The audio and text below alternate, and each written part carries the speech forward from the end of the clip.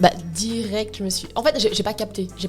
Là, tu vois, c'est ce que je te disais avant. Tu fais une course, tu finis la course, puis tu te dis, bah, je sais pas ce qui s'est passé. Mais le seul truc que j'ai compris, c'est que j'ai fini devant en demi-finale. Je me suis dit, mais c'est pas possible. Il y avait 3 meufs qui devaient me battre normalement. Enfin, tu sais, tu fais un peu ces calculs. Tu te dis, bon, elle a couru ça.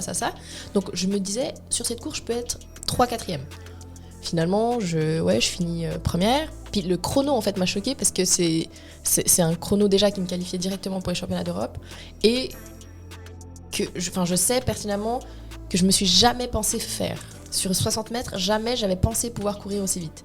Et du coup, je me suis juste effondrée de soulagement. En fait, voilà, c'était ça le sentiment, un soulagement. C'est ça que j'allais te demander. Est-ce exact. que c'était pas une victoire sur ces 3 dernières années? C'est clair. Cette course-là, vraiment, j'ai pleuré, mais après des heures et des heures. J'ai l'impression d'être vraiment une softie, de pleurer tout le temps. Mais après cette course, vraiment, j'ai pleuré pendant des heures parce que c'était un soulagement. C'était enfin juste me dire, j'ai pas fait tout ça pour rien.